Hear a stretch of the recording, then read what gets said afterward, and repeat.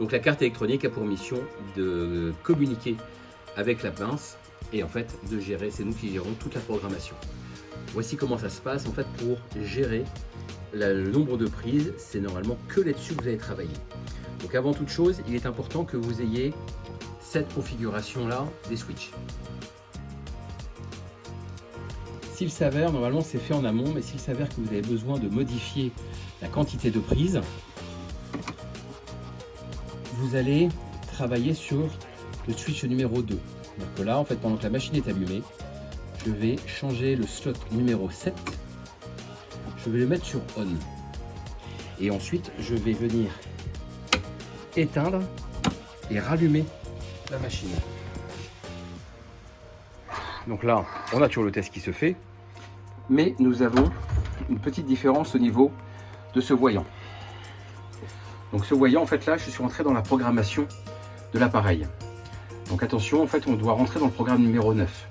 En fonction de comment je vais utiliser le joystick, je vais changer les numéros. Donc là, je suis sur 93, ça ne m'intéresse pas. Moi, ce que je veux, c'est rentrer sur le programme numéro 9. Quand je suis sur le programme numéro 9, j'appuie donc en validant sur le bouton jaune. Et là, je vois que je suis sur 2. Ça veut dire que la machine, une fois sur 2, va donner le maximum de sa prise. Donc, l'électroaimant qui se trouve à l'intérieur va donner toute la puissance pour serrer et tenir serré l'objet, la capsule, pour la ramener à bon port, pour la faire tomber là où il faut. Voilà l'idée de base. Donc là, je suis bien à 2, j'aurais pu être à 1 fois sur 3, à 1 fois sur 4, 1 fois sur 14, etc. Donc ce qui m'intéresse, c'est d'aller à 1 fois sur 2. Je valide et je confirme bien, ça repart à 0. Donc une fois que ça c'est fait, il faut que je remette le switch numéro 7 du SW2, je le remets sur off et je viens rééteindre et rallumer pour réinitialiser le jeu. Donc la machine a mémorisé qu'une fois sur 2, elle doit donner le maximum de puissance à l'électroaimant pour fermer et tenir serré l'objet. On va faire un essai.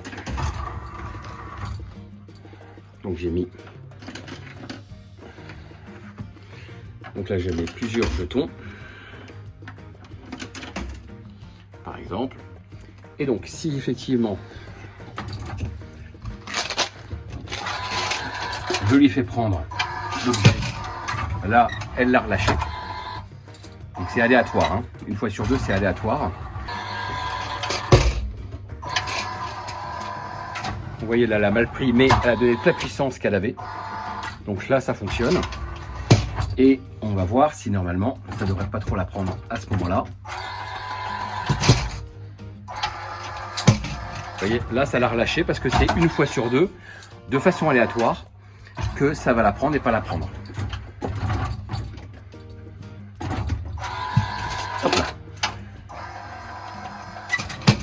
Voilà, donc on vérifie bien à 1 fois sur 2. Donc c'est correct, les résultats sont bons. Voilà un petit peu le principe.